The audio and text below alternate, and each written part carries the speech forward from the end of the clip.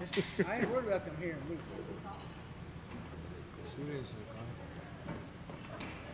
Scooting out or scooting in? I don't know what we're doing. Just don't fall off the ledge. Can't afford to go down a coach. Oh wait. Yeah. Right. I didn't word that correct. Those are for kids, Simp. Think of the children. They're terrified to get their hair cut. Throw that bitch in.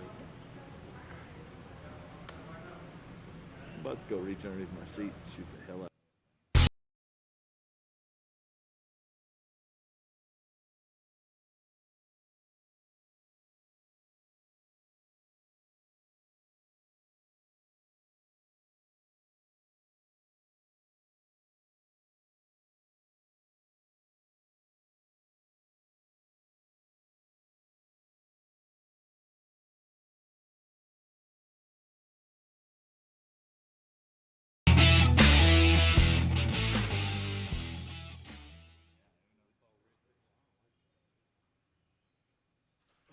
Mexia Insurance Services proudly supports Mexia ISD, the Mexia Black Cats, and the Mexia Lady Cats. Located at 811 Milam Street and serving the Tri-County area insurance needs for over 30 years, with coverages for auto, home, business, life, health, and renters, as well as bonds. Call today for a free quote and a review of your current coverage. 254-562-3894. Go Cats! That's actually one that was supposed to be auctioned off.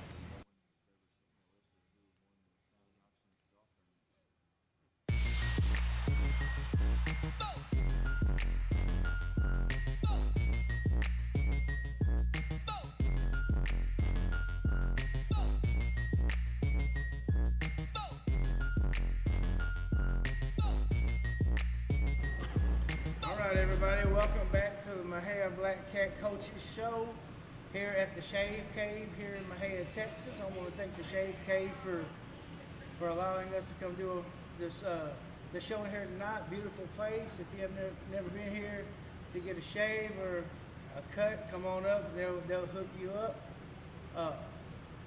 Once again, this is Mexia Sports Network with Greer Time Media. Here tonight we have Coach Spradlin, Coach Simpson, Coach Harrison, and Coach Now. How you doing? Welcome, everybody. First thing I want to touch on is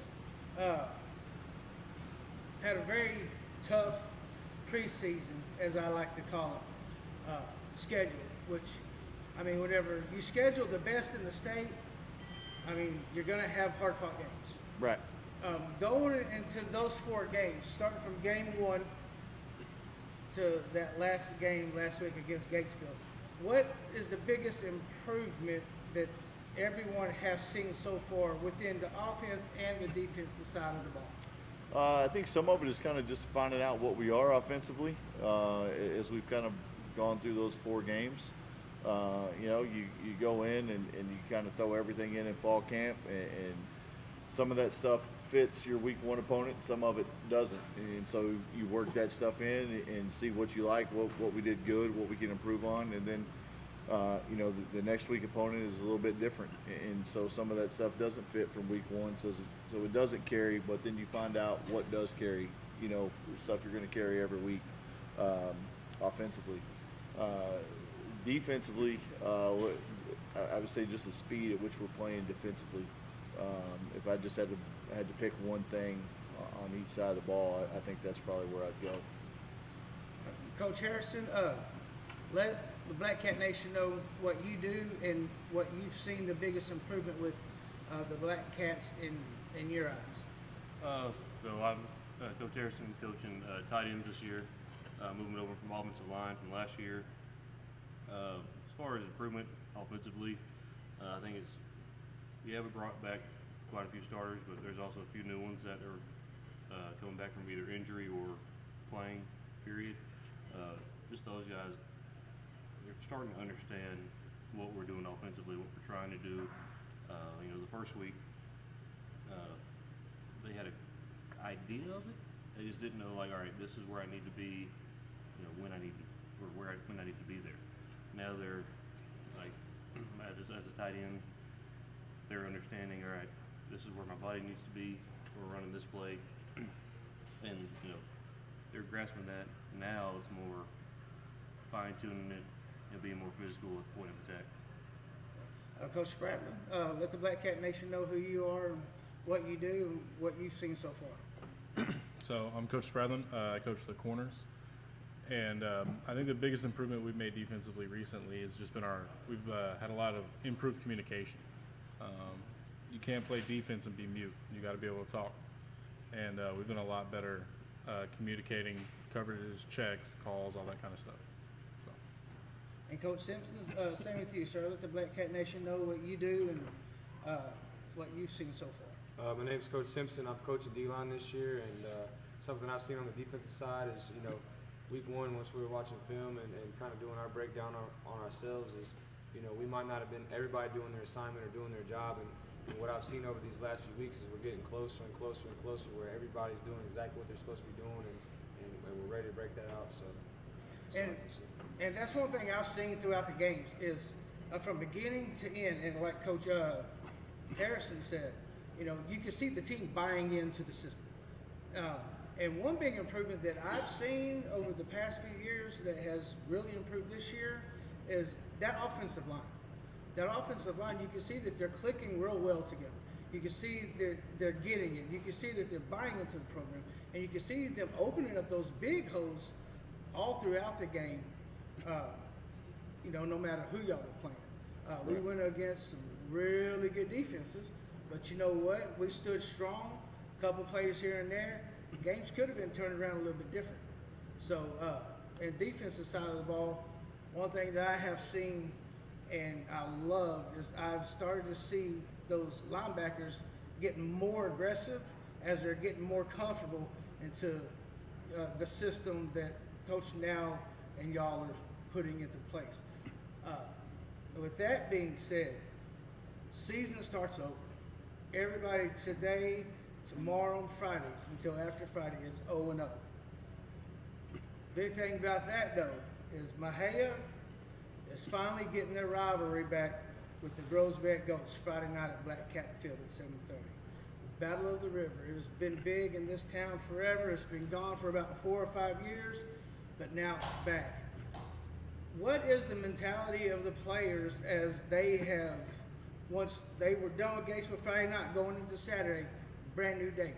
What has their mentality been, and how focused have they been throughout the week during film study and during practice? It's something we talked about. It's the Battle of the River. It's homecoming week. So it's something we told the kids that, hey, there's times where there's going to be some distractions, if you will, this week that are fun and enjoyable. And in those times, go enjoy those moments. But when you cross the threshold into the field house to get ready to put pads on and go to practice, it's time to go to work and lock in. And I think they've done a good job with that. But I think as a coach, you can go two ways with it. You can go take the approach that we've taken, or you can go be the old crotchety dude and, hey, all this is taken away from the game and blah, blah, blah, whatever. Like, game's going to kick off at 7:30 Friday night, whether we let our kids go have fun and enjoy it, or we try to just keep them wound up like a 9-day clock. So, they only go through high school once. When it's time to have fun, have fun. Like, they're student athletes. Let them enjoy it. But Friday night at 7:30, be about it. And we've talked about the importance of the game, and really the biggest importance of the game is it's the first district ball game, and our first team goal is to win a district championship, and so our first opportunity to do that starts Friday night at 7:30. Our non-district schedule is what it is, and the results are what they are. We put those guys on the schedule for a reason, and we all have a philosophy of why we did it and how we go about doing it. And really, we'll know about 10:30 Friday night if we did the right thing. And I'm Coach Harrison. I apologize. You being an ex-Black Cat, you know how that feel is on that football field when Groesbeck comes into town. How much has this kind of spiked up your excitement with this rivalry coming back? No, I'm very excited. Not only like for like the town and community, but just for the kids. It's kind of went back. These kids haven't played in this game since, I think they did play when they were in 7th grade, but it's junior high football, so this is the first time they actually get to play one another in high school.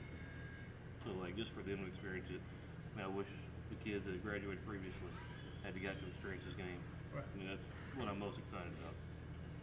And Coach Spradlin, I know that you haven't got to experience that feel of a Mexia Groesbeck game, but I'm pretty sure that you've gone online and seen some old games from the past or whatever.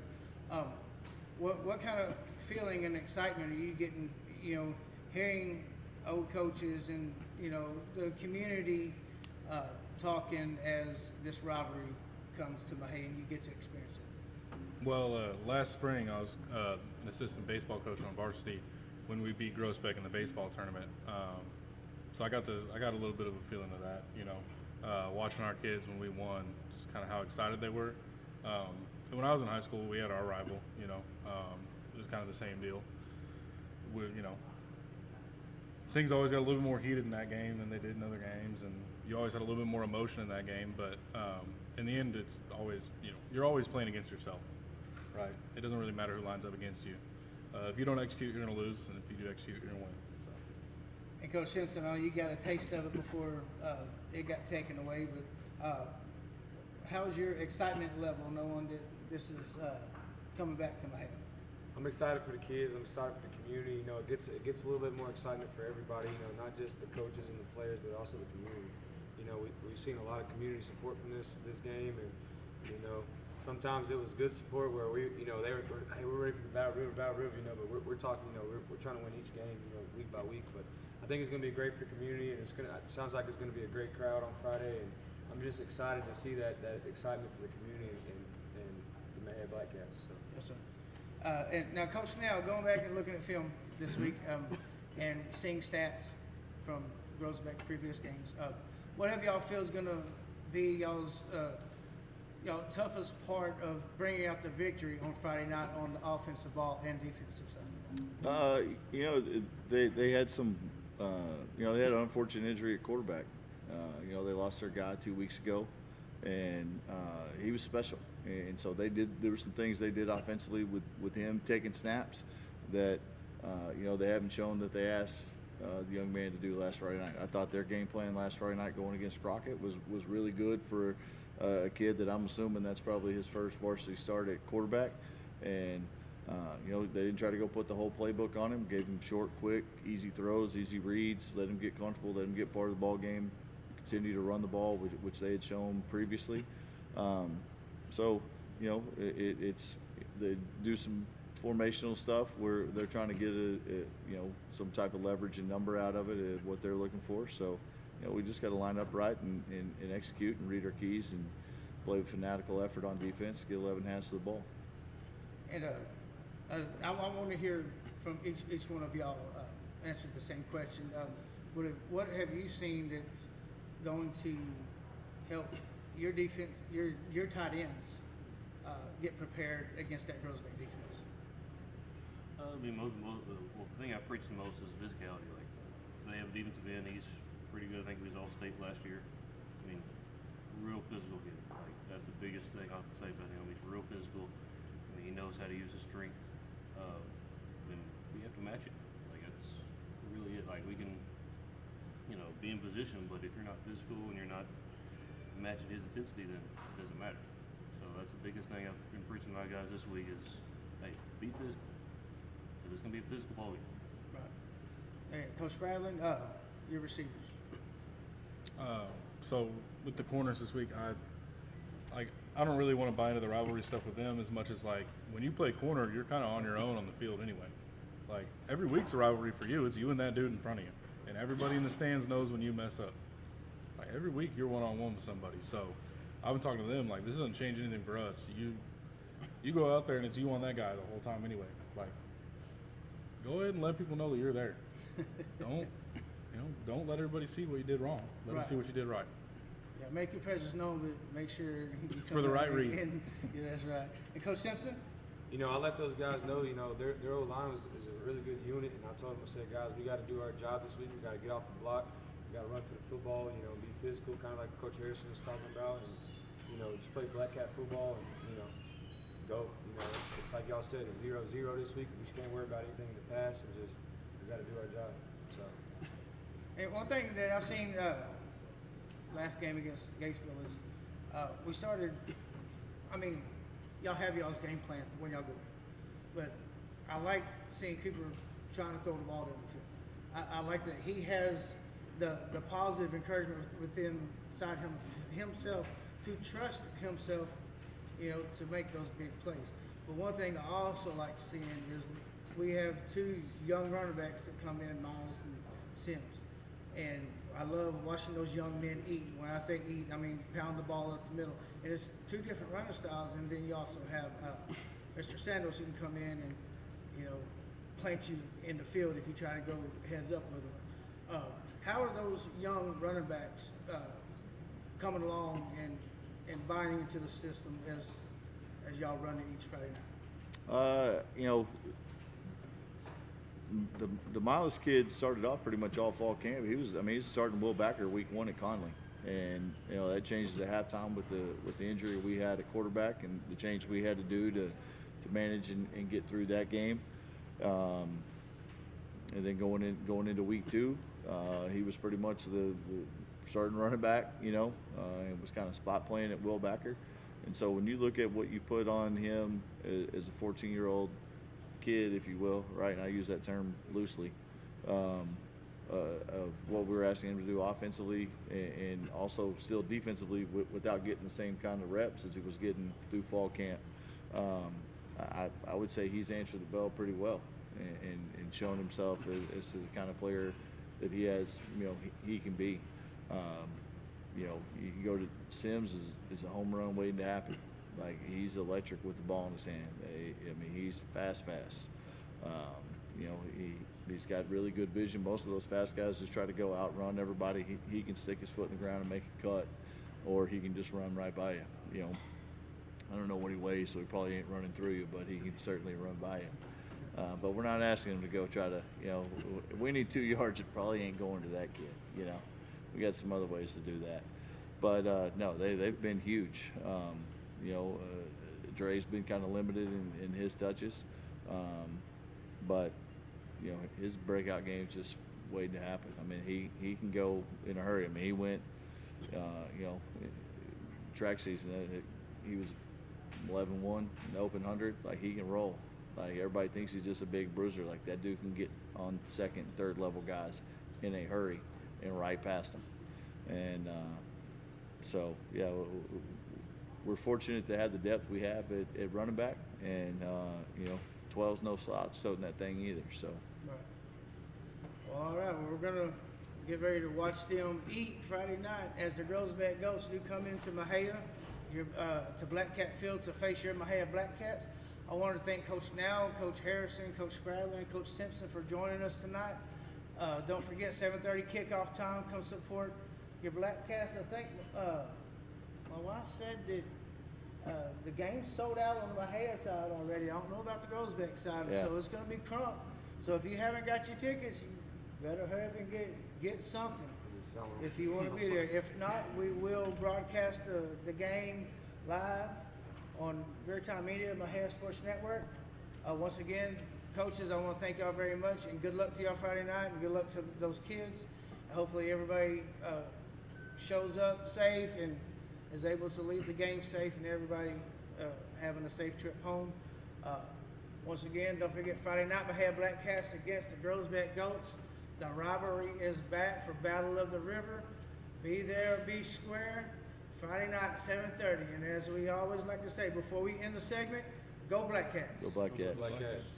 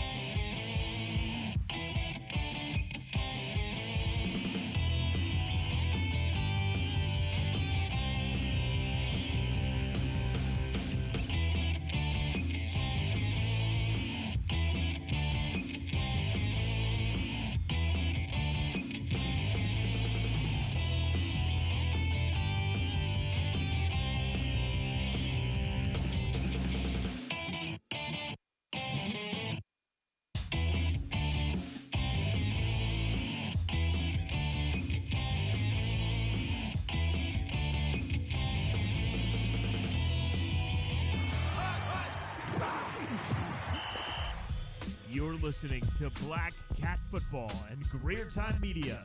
Let's take it to the booth with your host, Freddie Greer Sr. All right, welcome back everybody to a special segment of the Black Cat Show. Sitting here to my left, and you know I'm gonna butcher your last name. His name is Buddy Salvera. Salvera. Yes, sir. From the Grosbeck Goats, number 63. Yes, sir. And he is the center. Yes, sir. All right, how you doing tonight? Doing good. How are you? Good. How was the trip? Not I too know it was a bad. long Pretty- trip. It's a short trip. You know, yeah, long trip, but good. Good. Well, I don't know. So you being a junior, you probably played my head in middle school, No, or sir. was it before? No, sir. I actually moved here from San Angelo my freshman year, so I'm from West Texas. So this is all kind of new to me. Oh, okay. But- So the excitement of the Mahey and Grosbeck rivalry games is all new to you. I'm pretty sure you've heard a lot from your teammates, a lot from your coaches in the community. What are some of the good things that you've heard about this rivalry that's coming up Friday night? I've heard a lot of good things. You know, it brings a level of intensity to the game. You know, a coach is telling us it's going to be electric that game. He said sometimes we feel kind of shorted out, but he said the stands are going to be packed. Everybody's going to be there. You know, band's going to be loud. This means a lot to the community, and I think it's going to be good for everybody. Get that feel of competition. And I think it's going to elevate everybody's game. And like you said, you know, it's going to be packed. Like I said earlier, the Mahia side sold out.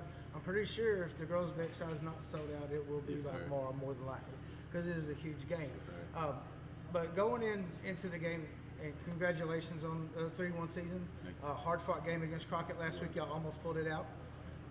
But you know, sometimes, like Herm Edwards always says, you play to win the game. Right. Sometimes you're gonna pull it out, sometimes you're not. But y'all had a pretty good, like like to call it, preseason with 3-1. Right. Yes, sir. Going against some pretty good caliber teams. Yes, sir. So now the team knows that starting over is district play. Everything starts over with everybody, and this district, it's up for grabs. Anyone can finish first. How has your team's mentality on the offensive side of the ball and the defensive side of the ball that you've seen so far? How is that carried out throughout the week as y'all go through film and practice on the field? Big thing for us is continuing our effort. We never want to quit. We want to keep going. You know, we had a tough loss, but that's okay. Keep going. We build on that. You know, find our mistakes, elevate from that. You know, it's all about competition here. We want to get better, make it like iron sharpens iron. So the mentality this week isn't necessarily just beat Mahia. It's make ourselves better and, you know, compete